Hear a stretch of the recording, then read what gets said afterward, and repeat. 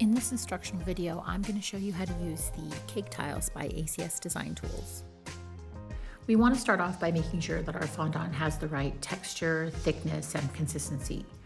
As you can see here, we're going to use standard issue fondant and it's quite soft. To give it some strength, we can either use some CMC Tylo powder or use a 50-50 mixture of either gum paste or modeling paste. Here in this case, I'm going to use a 50-50 mixture of fondant and gum paste. When using any of ACS Design Tools, it's very important to prepare your fondant in this manner of either using CMC powder or a mixture of gum paste or modeling paste. You definitely want to have a strong fondant base. Having a bucket of cornstarch nearby is always helpful when it comes to rolling out your fondant base.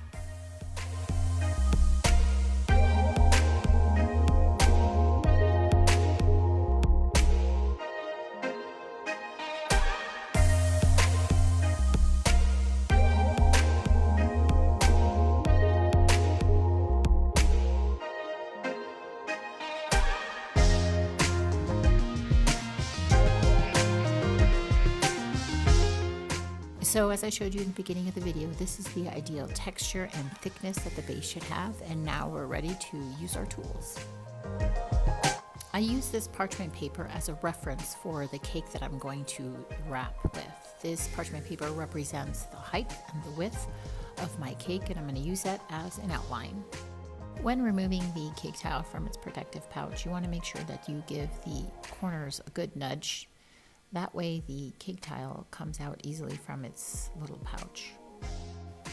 When using the cake tiles, it's important to understand not to apply too much pressure to the cake tile. Just a gentle amount is enough because you don't actually want to cut through the fondant, you just want to impress the pattern onto it. Here I am spacing the cake tile between themselves with a small gap in between, as you can see here. This is just a personal preference that I was doing for this particular design. You're more than free to interlock the patterns within each other so it creates a seamless effect.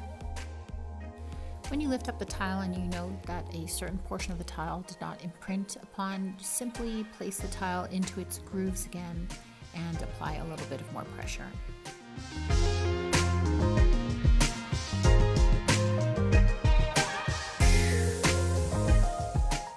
Here I'm using a quilter's ruler or a fabric ruler to cut out my design.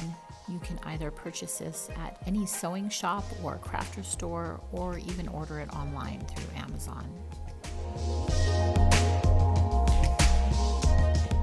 For the final steps, I'm going to use that parchment paper reference to finalize the height and the width of my cake that I measured first. And either I'm going to roll it onto my cake, or if I'm using a show cake, I will flip the pattern over and roll the show cake onto the fondant. It's a very basic instructional video on how to use the ACS Design Tools CakeTiles. I'd love to see what you come up with and tag me in your creations. Bye!